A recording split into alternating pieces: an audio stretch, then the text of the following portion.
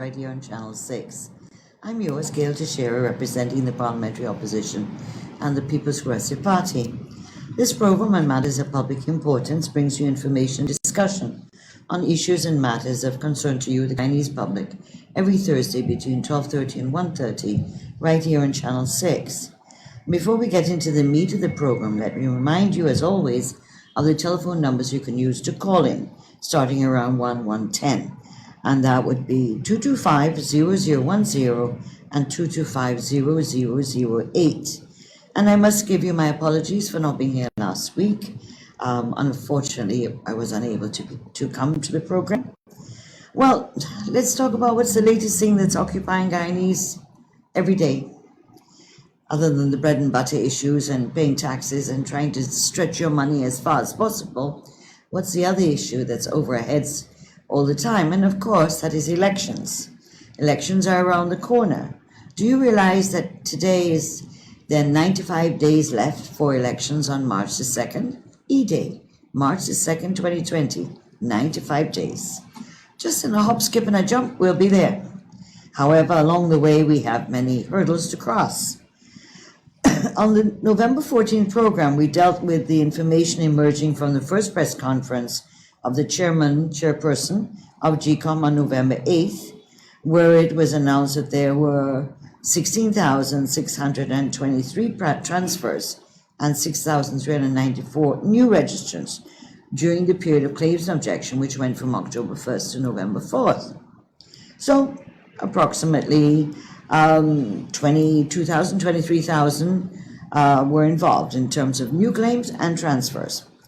And I also spoke about the thousands of objections submitted by APNU AFC between November 10th and 11th. On the eve of the final day, November 11th was the last day to make any objections. And of course, I had talked on that program on November 14th about what they'd done in 2001, about bringing 20,000 objections 2 days before the end of objections. And so reminiscent of what happened in 2001 here, the NC went and did it again. This massive attempt to disenfranchise thousands of legitimate voters of the People's Progressive Party in regions 5 and 6, which we had won, and then region 7, funnily enough, they put in objections, but 75% of those persons objected to were people who were sympathetic to the People's Progressive Party. And of course, in region 10, Moritario, they also objected to the entire village, as they did in Maracabay, in region 5. Well, this effort to disenfranchise thousands and thousands of voters, remember in region 5 alone, it was almost 13,000, that we were able to roundly defeat this attempt to disenfranchise people, thanks to the PVPC machinery that is in place and prepared to deal with such eventualities. Well, you know, they say you can't change the Jaguar's spots. And well, you can't change the People's National Congress from what it is.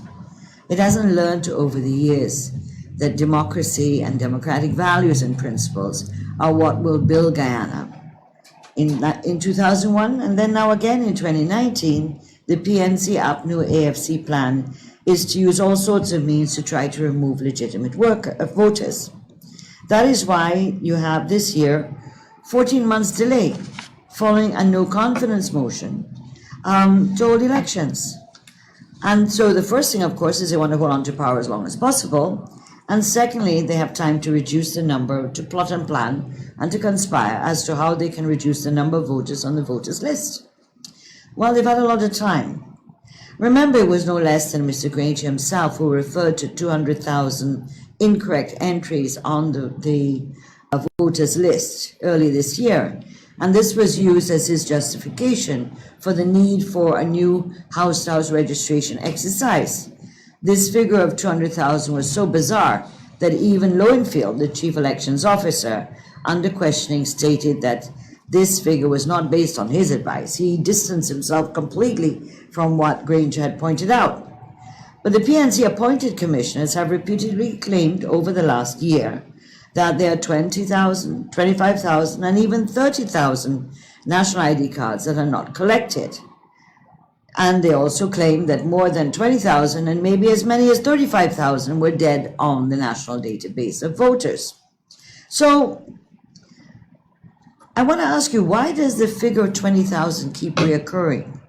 20,000 dead, 20,000 on the ID card, almost 20,000 on the objections, approximately 13,000 in one region, 600 in region 9, etc. How does this figure, these thousands, keep reoccurring?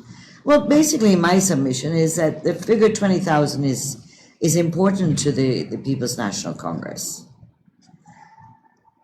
20,000 voters, 20,000 voters being removed, 20,000 votes is approximately the level of 3 seats in Parliament, and therefore this could shift completely the balance between the government and the opposition, and in particular the PNC and the PPP. So all this hullabaloo about all these people haven't collected their ID cards. And so we go to the issue of GECOM. Now, let's look at what the GECOM decision was on the uncollected national ID cards. We discussed this at the last program we had on the 14th of November. But just to remind you, on November 6th, by order, the Chief Elections Officer said that people had to collect their national ID cards or they would be placed on a supplementary list to the official list of electors, or the OLE, and have to provide additional proof of identity when they go to vote. GECOM published the breakdown by region for uncollected ID cards.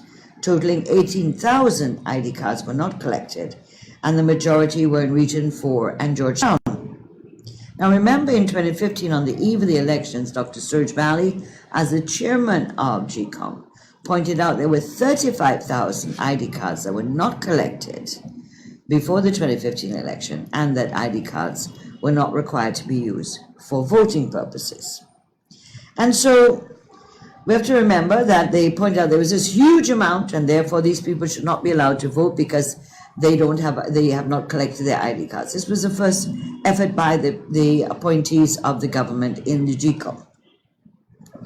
And of course, it is now 18,000 in the reality check, because all this hullabaloo for the last few months that they had to take these people off the list who did not collect their ID cards. When the list has been published by region, it shows that in Region 4 in Georgetown have the largest number of ID cards that are not collected of the 18,000. As we pointed out in the last program, this position of a supplementary list to the OLE can be challenged on legal grounds, as there is no provision for a supplementary list to the OLE. Remember what I said the last time. The OLE, the official list of electors, is the PLE, the preliminary list of electors, amended during the claims and objection, and therefore becomes the revised list of electors. The revised list of electors is not the OLE. It goes through its final correction with any spelling and changes, and that has to be done within a specified period of time by law, and then you have the OLE and of course nomination day and so on. And just to remind you what the Chief Justice pointed out, that the GECOM had no legal authority to remove or deregister such persons who are otherwise qualified unless such registration can be cancelled. That's if you're dead or whatever, and you have the family has a death certificate. She goes on to say these persons may have to return to their districts to vote, but their names cannot ipso facto be removed from the register of registrants, which removal would then disqualify them from and deprive them of their right to vote. To do so would be unconstitutional and therefore illegal. And remember the last program, you may remember that I quoted from the press conference that GECOM had and Madam Singh, where in fact there was a difference of views between the chairman and the chief elections officer, because the Lowenfield was pointing out that you didn't need the ID card to vote. The folio was there, the presiding officer had it, and that identifies you. Whereas Madam Singh was insisting that you had to have proof of identity on you of something else, a passport or something else that would prove who you are. So there seems to be a difference of views, who knows? Therefore, electors cannot be removed as they claim unless, as I said, a valid death certificate is produced. But you cannot be removed from voting if you don't have your ID card. So this production of a separate list as an addendum to the OLE with the names of those who did not collect their ID cards is, as far as I'm aware, not lawful, and is not based on any electoral laws with regards to the official list of electors. It is unlawful as regards the constitutional and electoral laws, as ID cards are not required by law to vote. And we've spoken, as I said earlier, about the folios. The law is clear. And I am very serious on that. This development with GECOM is fraught with danger, and that it has enormous consequences that we have to be guarded about. There are two theories as to why this action has been taken and been strenuously fought for by the PNC government appointed commissioners. And of course, in this case, they succeeded in winning the chairperson's support, as she admitted she made her decision.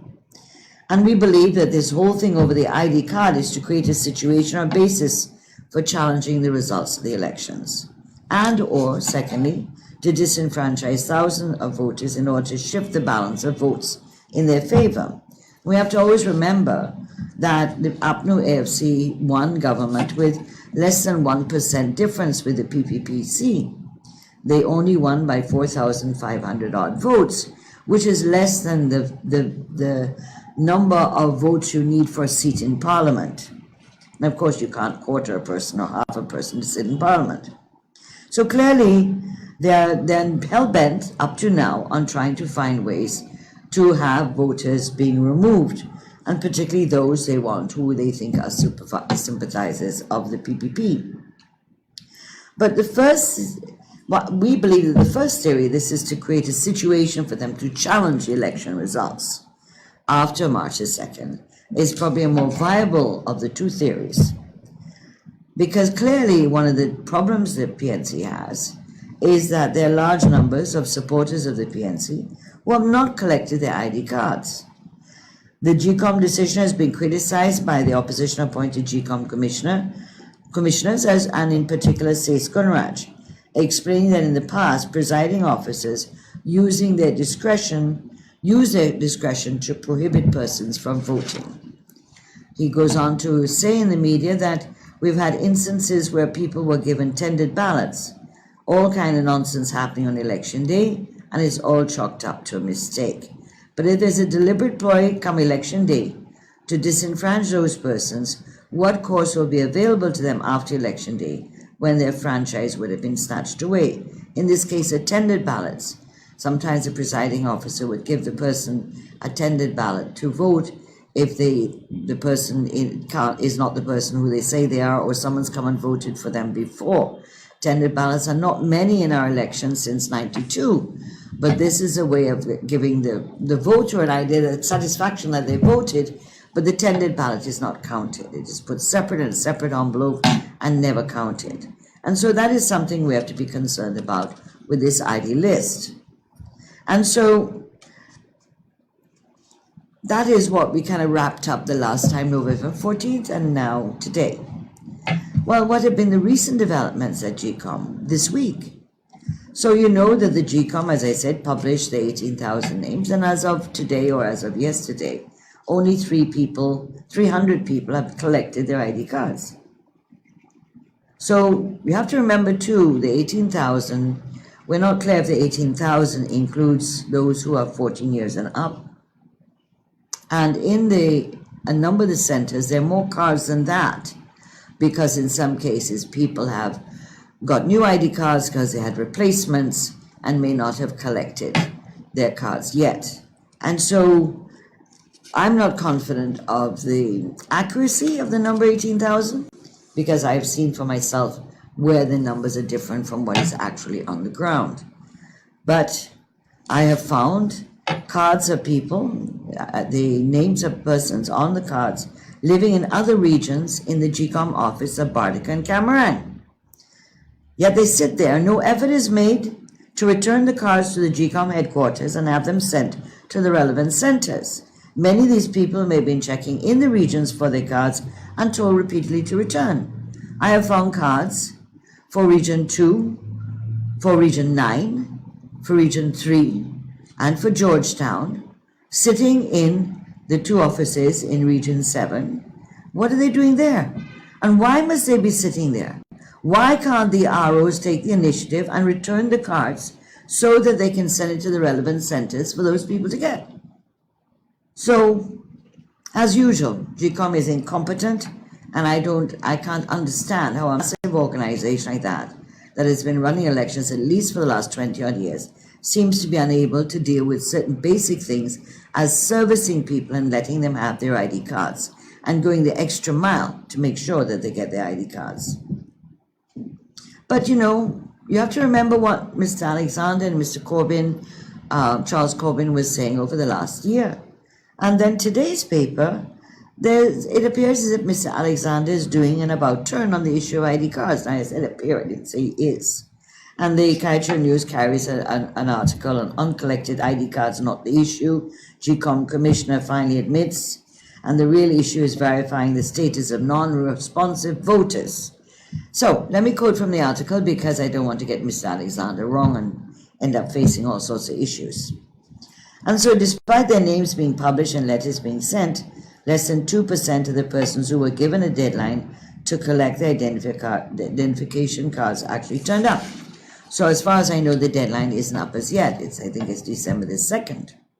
According to Guyana Elections Commission Vincent Alexander, whether they have an ID card or not is a non-issue. He is finally admitting that whether persons have identification cards or not is not the issue. Surprise. He goes on to say that what the PPP have been saying all the time, that there's nothing in Guyana's laws that prohibits someone from voting if they do not have an ID card.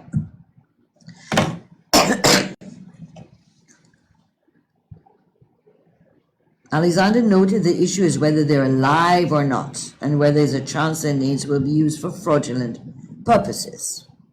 He says, I think from observation, we don't have that large number of persons who don't use ID cards. Whether or not they voted without ID cards in the past, we've made an effort to say to these people, come and uplift your cards.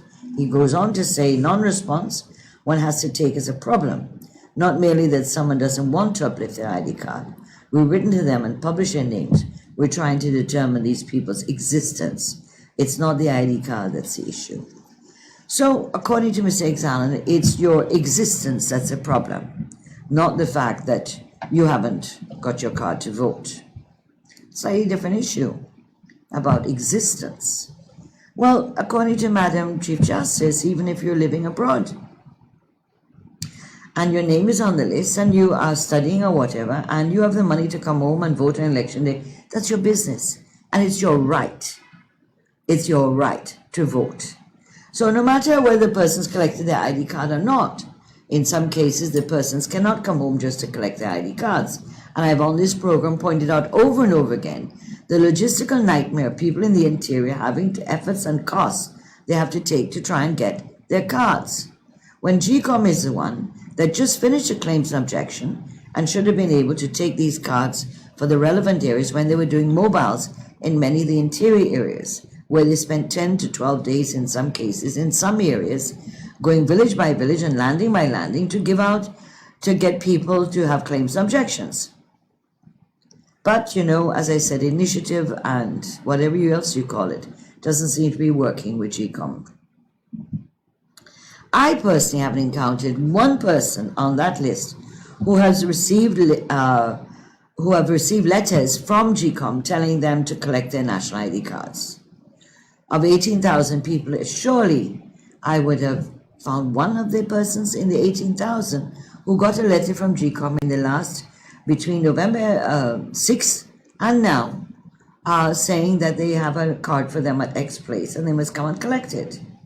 So, if any of you or know of that or have seen the letter or have you received a letter from GECOM, give me a call. I'm really interested to see what that letter looks like and what the instructions are being given to the voter or the person who has to collect their ID card.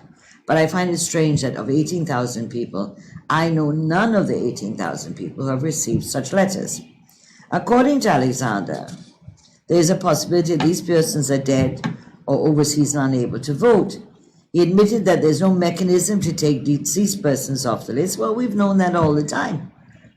But we also know there's a legal mechanism that you can't take a person off the list even if they're dead unless you have a copy of the death certificate. We also know that GRA is required on a regular basis to present to the GCOM copies of the death certificates they have issued on a regular basis, whether 3 months or 6 months of the death certificates they've issued. Well, I don't know if that's being done anymore and how efficiently it's being done. But that used to be able to bring down the number of persons who died on the list. And I assume dead people don't vote. I don't know why Mr. Alexander is so frightened of dead people. Maybe he has a problem with Jumbie, I don't know. Initially, GCOM had announced, as I said earlier, that 20,000 people had not collected their ID cards and would be prevented from voting. And after much criticism, the PPP and national stakeholders, GCOM decision was changed in favor of those persons being allowed to vote, but placed on a separate list of electors.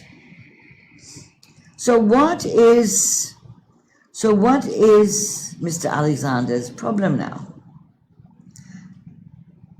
What he's saying now about you can't take a dead person off, you can't take a person off who lives overseas, isn't that what we've been saying all the time? And why they've been arguing in the opposite direction in GCOM?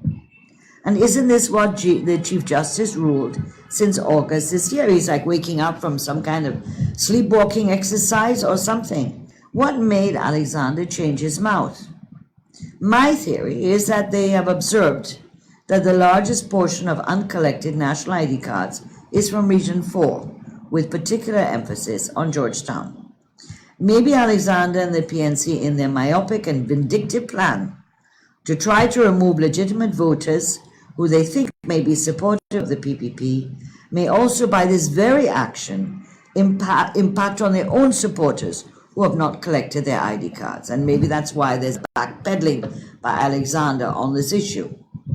I therefore advise viewers that if you are registered up to the 2018 claims and objections and have not collected your ID cards, please go and check at the nearest GCOM center or call GCOM.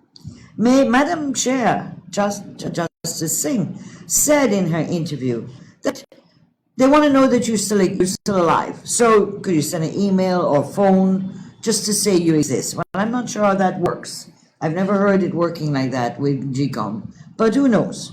So, try and phone and find out where you have to go to collect your ID card. And if they can't find it, then ask them to check at all the centers. Because I'm telling you, I found cards for persons living on East Bank, on Region 3, Region 2, Region 9, that those cards are in the Bartica and Camarang offices. And I don't know how the persons from Georgetown will get to Camarang to get their card. One of the things that's very glaring is that there's no voter awareness or voter education program that started. In fact, we've heard at the press conference that Madam Chairman had, as well as Ms. Alexander in the media today, saying that they are going to be looking to hire someone to do the voter education program. But the voter awareness and voter education program should have started before the claims objection on October the 1st, and at least if not before, at least during the claims objection period, so that people would be aware of what they have to do and where they have to go. Because of the house-to-house registration issue, people were confused.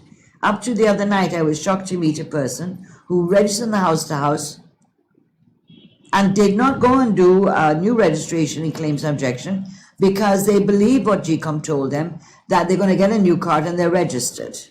In fact, there's even a claim that at one registration center, people were told, if you're on the house-to-house, you're registered already.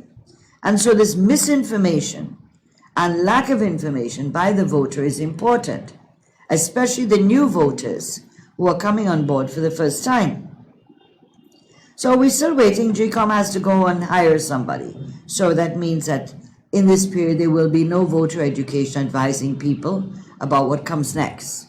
What they do with the claims objection, what they do with the RLE, what they do with the OLE, and also, of course, for people of these almost 7,000 people are new registrants, when will they be able to collect their ID cards? Because those are new people that were registered October 1st, to November 4th. They're not in the 18,000 cards that are not collected. These are brand new people. So, in my view, again, GECOM is way behind the ball and timelines are slipping. Still unresolved by GECOM, we have the house-to-house registration of 370,000 people hanging over our heads.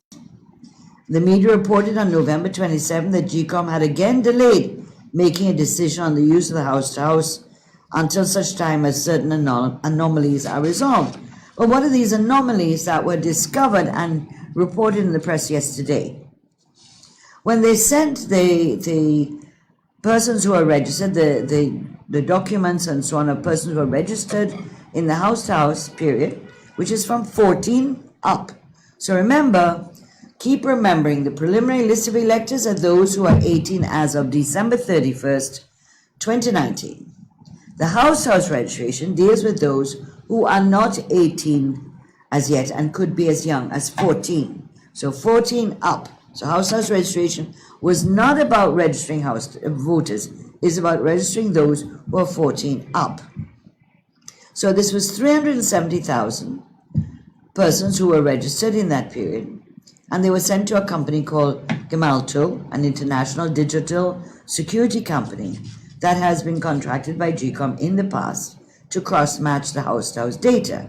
What that means is that, remember, when you're registered, they fingerprint all 10 fingers and they take a photograph of you. What the cross-matching has to do with the fingerprints. The assumption is that not one of us have the same fingerprints, that is unique to each one of us. And therefore, if you find duplicates, then those names have to be extracted, and you have to go back and check how come you have one person with two different names in two different locations with the same fingerprints. What was learned apparently, and based on what the press said, was that they have the company, that there are 60,000 total new registrants of the 370,000. This is unusually high figure, and this prompted the Secretariat apparently to conduct its own assessment of the cross-match data. Now remember, the international company is doing it by computer systems, electronic means, and so on. So I don't know what system GECOM uses. They don't have the scanning ability, etc., except that they said that Mr. Lowenfield indicated that the Secretariat had found about 17,000 of those supposedly new registrants already on the National Registration of Registrants database. So 60,000 of which they have found 17, according to Lowenfield, already on the database. So was the cross-matching flawed? Was there another kind of problem? Apparently, GECOM has decided to ask the company to provide some answers in relation to this. We have said all along, the People's Progressive Party, the leading opposition and General Secretary of the party, Mr. Jagdeo, has stated publicly that PPP will oppose the merging of the house-to-house list with the PLE, that this will contaminate the list, and we've gone public in explaining why. The duplicates, persons that don't exist, people in the wrong divisions, when what they're actually living in and where they should have been when they were registered, and we're not confident about the level of fingerprinting. We do know in the 2015 election before that when the same cross-matching went on, about 30,000 persons' fingerprints were not legible, they were not readable, they were smudged. So you couldn't be told if they were duplicates or not.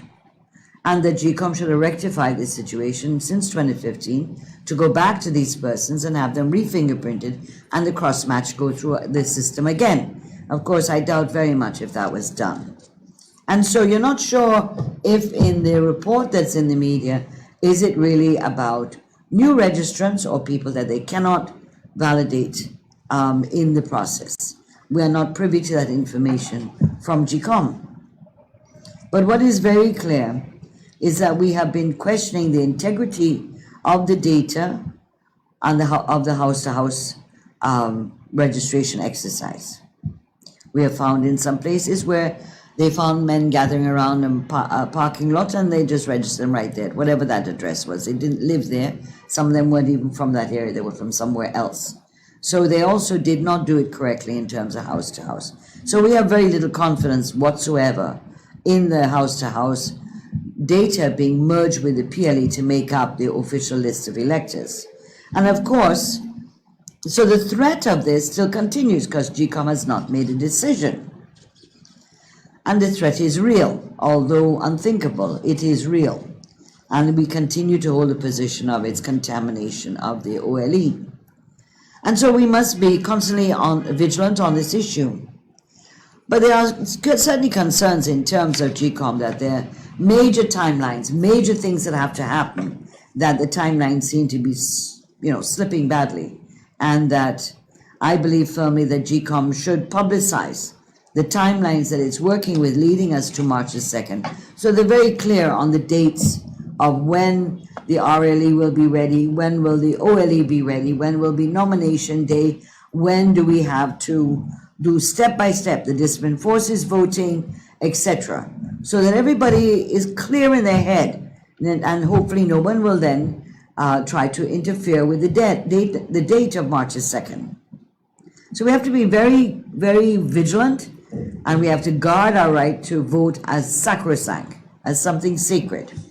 Of course, we're glad to hear that this morning that the Carter Center has been accredited to observe the 2020 elections. That is good news.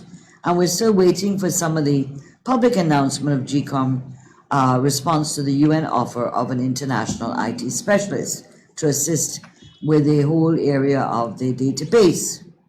And of course, we also are waiting to hear, maybe they're here and it has been publicized, but the two experts who are coming to work with GECOM from the Commonwealth, and also the retired Chief Elections Officer from the Canadian Electoral Bureau. We're looking forward to them being here, but we haven't heard as yet whether they're here as yet. And so we are looking forward to their presence. There's a lot of doubt as to whether GECOM is on the ball, whether it will be able to keep up with the data and what has to be done.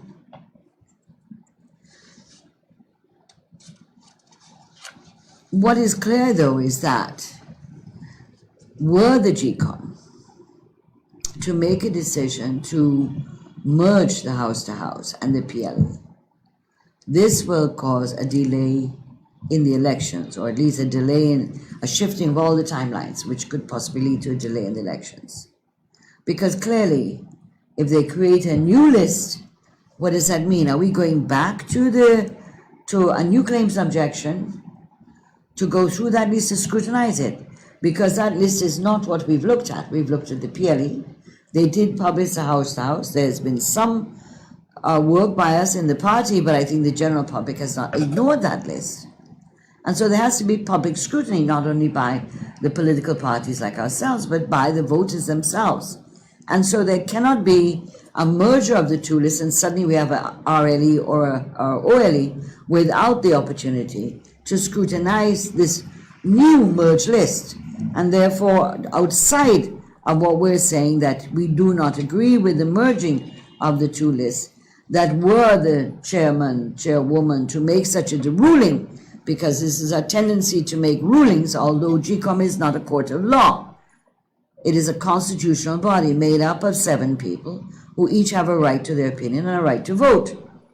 However, we have seen rulings coming out of GECOM, which is highly unusual, and therefore one is not certain whether you may wake up one day and find that this is what is going to take place, the merging. Or you may wake up another day and find out that we're proceeding along as with the PLE, amended with the claims objections, becoming the RLE, and let's move into elections and keep the timeline of March the 2nd. Of course, we have also the other issue outside of GECOM, which we have to keep an eye on, and that is the December 2nd. That's Monday coming, in terms of the dissolution of the National Assembly and the 10 regional democratic councils. We're waiting, and some may be confident, but I have my doubts. whether Granger will comply with the Constitution. I stand ready to be found wrong if he does comply with the Constitution. I will admit I was wrong. I have no problems with that. I'd rather in this case be wrong than right. And so, will he comply with the constitutional requirement that 3 months before an election, the National Assembly and the Regional Democratic Councils will be dissolved by the President by a proclamation? And so he's required to do that 3 months before March the 2nd. Is December the 2nd, no? So that he is required to do that. And as I said, I hope I'm wrong. But for the last year, we have watched, all of us have watched, a president who has defied the Constitution, defied the Chief Justice rulings of June the 18th and July the 12th this year. I hope that he has woken up and recognized that as president, he is an illegal president at that now, that he will obey the Constitution. But as I said, I'm not totally confident that he's going to do it. And if he doesn't do it, what will happen then? What does that mean then for us? Of course, you have Mr. Harman talking about that they're not going to dissolve Parliament. Although he didn't say not going to dissolve it by December 2nd. He said we would not dissolve Parliament because in case GCOM needs money, etc., etc. And this has been pointed out in the media by other opinion makers to say that if GCOM needed money, there's a mechanism to do it without returning to Parliament. And of course, we know the government wants to return to Parliament because it wants to be able to validate a number of the expenditures and use of funds it's been using for the last year extravagantly. And so we will have to wait and see between now and Monday what happens. And then we have other issues on the agenda, as you know. We have the sad issue of the closure of Troy Resources and a number of workers losing their jobs. But you know, I can't help but talk about the two-faced nature of this illegal cabinet. The termination of any workers should be something that hurts everybody. But how can this government, and particularly Mr. Trotman, according to a November 9th DPI, Department of Public Information report, in relation to Troy Resources, quoted Mr. Trotman saying, "This is not the time of the year we should see workers going home. They have homes. It is Christmas." Now, isn't that sweet? Imagine the illegal cabinet making a statement of sympathy with the Troy Resources workers, yet said nothing about the other closures, in particular the sugar workers. In fact, this government contributed in large measure to the closure of Troy Resources. It contributed in large measure. There was an accident, that's bad and that's sad, and there was a mechanism in the labor laws to how to investigate it. But what the government did was close down the company, shut down their operations, knowing that the company was having difficulties in the first place. And then by the time they tried to rescue the situation, it's too late. And so this government has a lot to answer for. Sympathy to the Troy workers is not going to be good enough. In fact, the Troy Resources workers, I understand, have been given their severance pay, etc., unlike the 7,000 sugar workers, who, by the way, were also dismissed at Christmas time.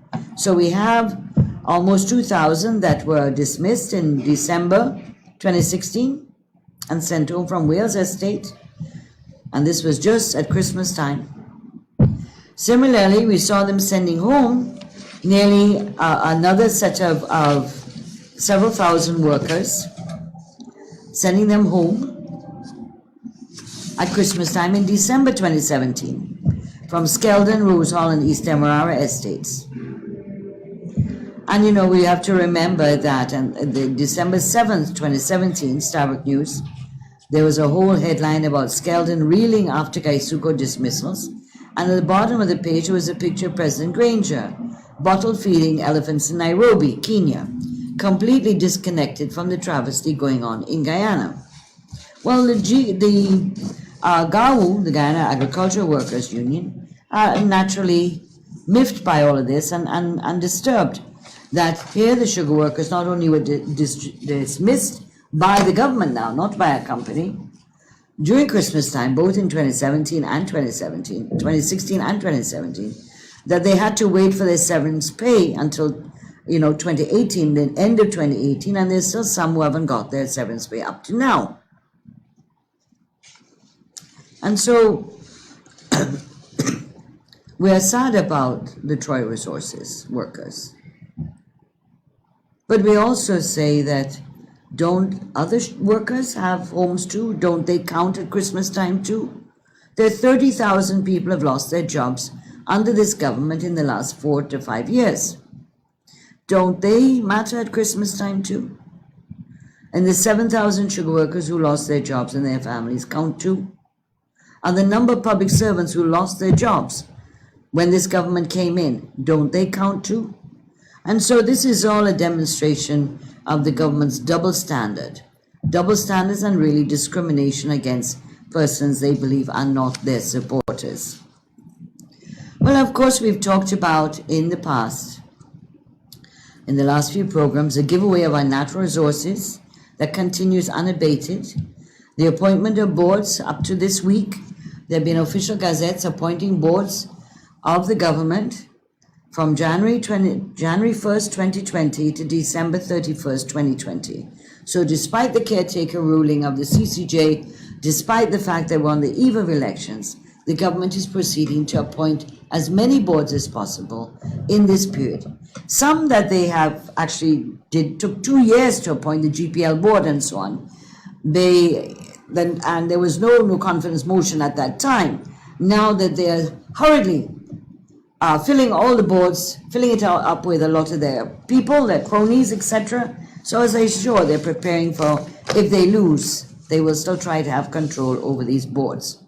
And so we're watching this because this is totally unethical of the government to do that, and certainly in violation of the CCJ orders. We pointed out here before about the restricted legal authority of the caretaker government. And as of November 23rd, there are again more waivers of lands being given out and concessions and mining prospecting license and production licenses being given out to all sorts of people, including some that are very connected to this government, in fact, some where their families are connected. I've spoken on this program of the billions of taxpayers' money being spent to finance the APNU AFC campaign. Last week, a big entourage of ministers went to Region 9 with aircraft overnight, with the aircraft overnighting on the airstrip at Lethem for each day they were there. So the aircraft, do you know how much it is to leave an aircraft on a airstrip in the interior overnight, just sitting, waiting? And so, do we have any idea what this trip cost the taxpayers? And so they went in and they declared a road that's $400 million. It's approximately 2 miles. There are other areas they have not worked on. They started water wells that some were in existence before. But the government has to do what it's supposed to do with the taxpayers' money. Why is it now this big flurry of activities on the eve of the elections? Some of these programs were not only in 2019, some were in 2018 budget. So why this hustle now? Well, I think we all have the answers for that. And of course, we have the scandals continuing. The Ministry of Education, publication and purchasing of exercise books in the school system is another scandal. This is not the first time it's happened. It's not the second time. It continues. And of course, our president, who calls himself Mr. Clean and is portrayed by his party and government as Mr. Clean, is overseeing all of this and does nothing to stop the pillage of our country's resources and the misuse and extravagance and squandermania of the taxpayers' money. Well, I think more and more people are seeing that the broken promises of the APNU are being unmasked day by day. One of the comments before I open the floor, and it's just a quick one, and that is November 25th was International Day for the Elimination of Violence Against Women and Girls. And I was figuring whether I should have done the program on the issue of violence against women, but I thought that we should deal with the fundamental democratic rights of governing and voting and your right to vote and to protect and guard your right to vote. Because if you don't guard that right, almost none of the other rights fall into place. But I was particularly struck by what the Minister of Education responded. So you have November 25th, that's 2 days ago, the International Day, all these speeches being made and so on. The very next day or somewhere in that period, there are a series of cases in schools of children being beaten up by other kids, some severely injured and being in hospital and under observation, etc. And then you have a video that went viral of a female student being pummeled on the ground by a male student. And of course, no one did anything. The other students stood and watched it all, and no teacher was around to stop it, and the girl was badly beaten. And what does the minister say? The minister's view is shocking. Well, this happens. This is normal. This is usual. Well, I don't know what school she went to, but I don't remember these kind of stories coming out. Maybe then some schools were able to handle some of these issues internally. I don't know. But the fact that a girl was beaten badly by a male student in a secondary school, and the minister's attitudes, yeah, this does happen. A child is in hospital severely injured. Another child was badly beaten. In a matter of a week to 10 days, about 4 or 5 cases of children being beaten, some at the primary school level and some at the secondary level. The Ministry of Education has to get on board. It has to wake up and find out what is going on in our schools and what are the headmistresses and teachers doing in that school. One of the parents goes and beats up a teacher. That was another case yesterday. And so I'm sure the minister then says, yes, they're going to investigate that. But what about the children who are injured? What about the child who is lying in hospital who is severely ill? And so I find I had to bring that out in terms of, here are the nice statements on women and children. Here is a girl being beaten on the ground by a male student. I hate to think when he grows up and he becomes a man, what he's going to do to the women in his life. If that's what he does a girl in school, and that's what we're talking about, violence against women and children. The minister's not outraged about it. It happens. It's usual. So you know what's going to happen. I hope that young lady and her family go to a lawyer and get a lawyer and go to court. And of course, we have the sad factor of the traffic accidents. You know, every program I say to you, don't drink and drive. Please don't drink and drive. When we talk about that and the speeding, too many lives have been lost just in the last few days and almost every day to do with terrible, terrible traffic accidents and traffic fatalities. And I really believe that the traffic police, other than standing on the road, also have to come out with much more, be much more active in terms of dealing with the drinking and driving and speeding. A number of the policemen on the road stop you, yes, but they don't have their radar guns. I haven't seen a radar gun being used for a while. I don't know if they're not working or they decide to put them aside or they don't have enough of them or whatever. And of course, lastly, is that these AK weapons they found. I would like to know if the police can publicly say whether this AK they found up to this week, does it come from the batch of the 30-odd that was stolen from or taken from the GDF in 2004, which were used in the crime wave? The police need to let us know.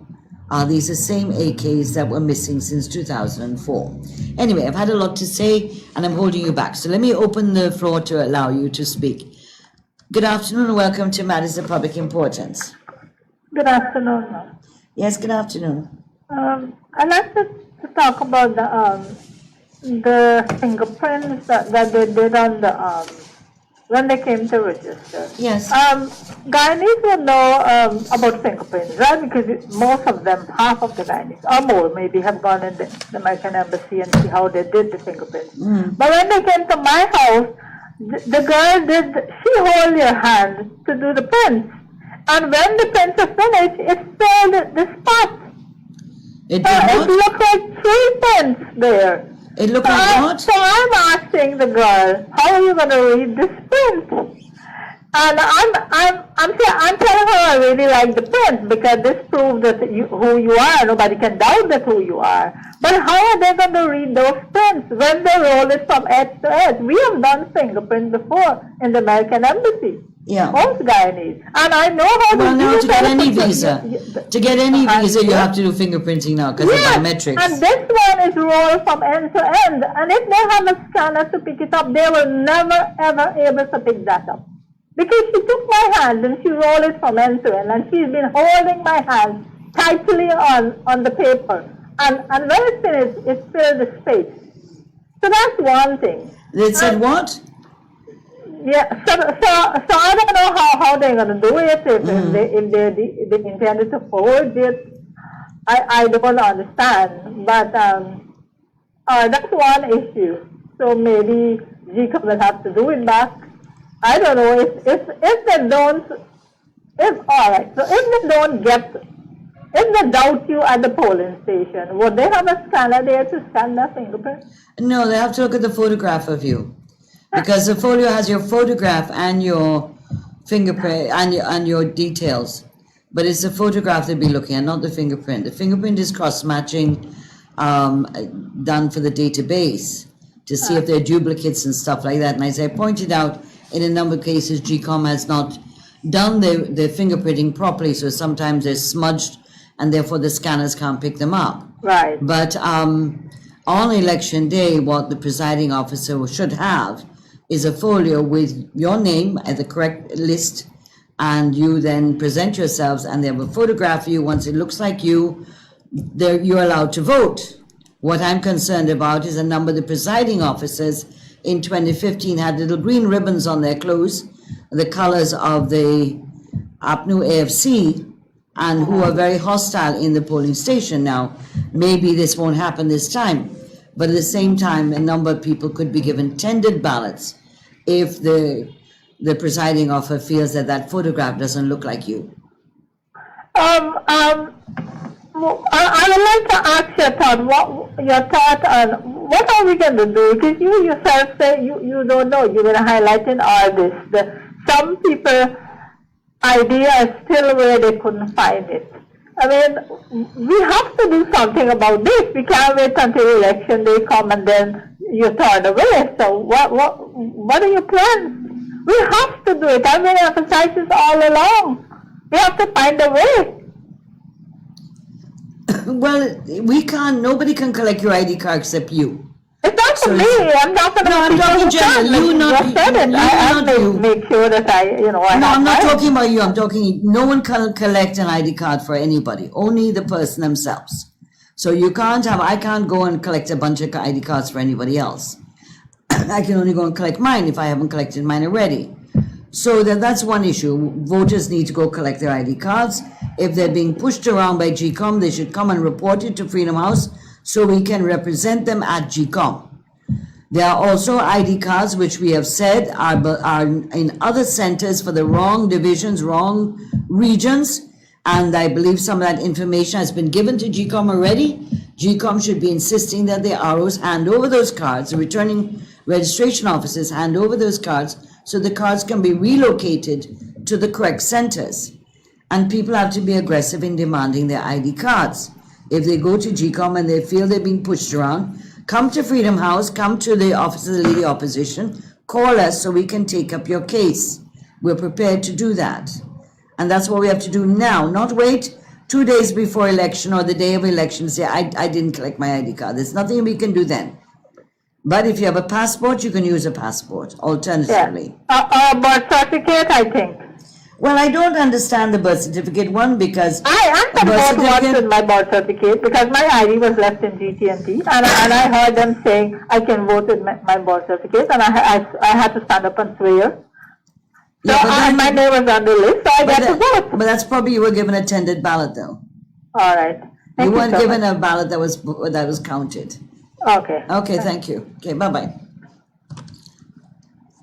Yeah, there's still a lot of confusion about a number of things, and therefore we can do, at the political level, we can do a lot, and we are doing a lot, but we still need you, the viewers, the people who want to vote, who believe in their right to vote, should be sacrosanct, should be protected, regardless of who you vote for, that if you're encountering issues and problems, you need to let us know so we can make representation on behalf of the voter.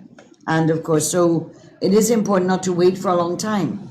A number of people have raised a number of problems they were encountering during the claims and objection, and the chief scrutineer for the PPP, Mr. Zulfikar Mustafa, has made a lot of representation, got some of those issues resolved. So that we have to be very proactive, but we can't know what is the issue that everybody faces. And it's just like Election Day. Election Day, prior to that, we can have the rallies and the education and tell people about a manifesto, make representation, put polling agents in all the stations, help those who are disabled and so get to the polling stations, and so forth. But we can't get you out of bed, and we can't bathe and dress you, and so on. That's what you have to do. In order, we need people to go and vote. And so we can't get you out of bed. We can't pull you out of bed, put on your clothes, give you a cup of tea, and push you to the polling station. That's something you have to do. There's no political party can do it for you.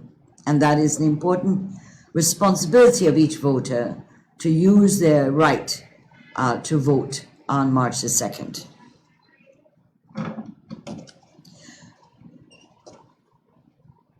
There's a call coming in, but this person just called just now, so I'm trying to give someone else a chance to call. One of the issues I think that people have to be aware of is that we have 95 days more. So we're moving rapidly towards elections, and as I said, there are risks and there are threats, there are challenges, and I believe we can overcome all of these, and that once GECOM upholds the Constitution, upholds the laws of Guyana, and represents the interests of the voters of Guyana, then we can have elections on March the 2nd, and the elections would be one that could be based on integrity. And so we have a lot of challenges, though, and things can go in a different direction. But we start to be prepared as a people to make sure that we stand up for the right to vote at free and fair elections. That is our right, all of us as Guyanese, regardless who we go to vote for on election day. And so, as we're coming to the close of the program, we just have a couple minutes or so left, just to let you know that we in the PPPC, we're going full throttle ahead, preparing for elections, election campaign, and winning the elections. And that this weekend, you will be able to see in the Mirror newspaper a preliminary of our manifesto. So you can see some of the issues that we're going to raise. And on this program, I've been running the scrolls at the bottom. You can see some of the issues we are taking up, for example. And so we hope that you will pay attention to these issues, and we will meet again on next Thursday. I may be in the interior next Thursday, I'm not sure. If I'm not here, please forgive me. I'll try to either have someone else do the program or we'll meet the following week. But we have to make sure that these elections, just like in 1992, after all those years of rigged elections, there was an energy and a dynamism and people doing everything possible to make sure that they voted and that they went to the stations early and that they were able to exercise their rights. And so too, in 2019, 2020, March the 2nd, we are dealing with our right to vote at free and fair elections, with no tampering, no interference, no contamination and perversion of our right. So we hope that you have a good weekend, that you take it easy. If you want to drink at home. Don't drink and drive. If you are out, maybe it might be wise to just get a taxi home so that you don't have to be driving on the road. There are too many dangers, and we want all of you to be hale and healthy come March the 2nd, and to have your families be able to be united and kept together. So have a blessed week until we meet again, and at the elections when they're held on March the 2nd, we in the People's Progressive Party government shall have to start all over again as in 1992 to reconstruct, to put this economy back on a firm and stable footing, and restore the programs which help the poor and the vulnerable and those at risk, and restore the independence of the judiciary and legislature from executive interference, and to protect the rule of law and democracy. You have a great weekend. You take care of yourselves. Okay, bye-bye. Ta-ta.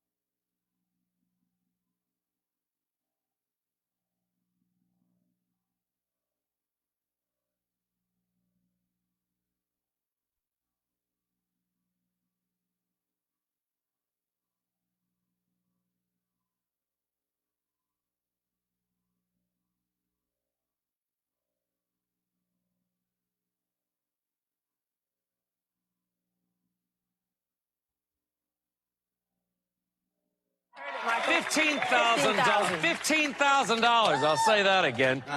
Superfans, welcome to the show. Thanks for dressing up. I did too. Did you see that? Anyway, you know how this works. You got 30 seconds. You're going to pull as many of those answers down as you can. 100 points for each correct guess. If you wipe them all off in 30 seconds, 1,000 bonus points in round one. That should help, okay? Arlene, does that sound good? I like the dance. That sounds great. Do the dance again. There you go. All right, Arlene, you're going to kick things off. You ready? Yes. Let's do it, Arlene. We asked America. I still have the blank from my wedding. Something you kept from the wedding day. And our top 7 answers. Go, Arlene. Dress. Shoes. Ring. Pictures. Cat. Bridesmaids. Lace.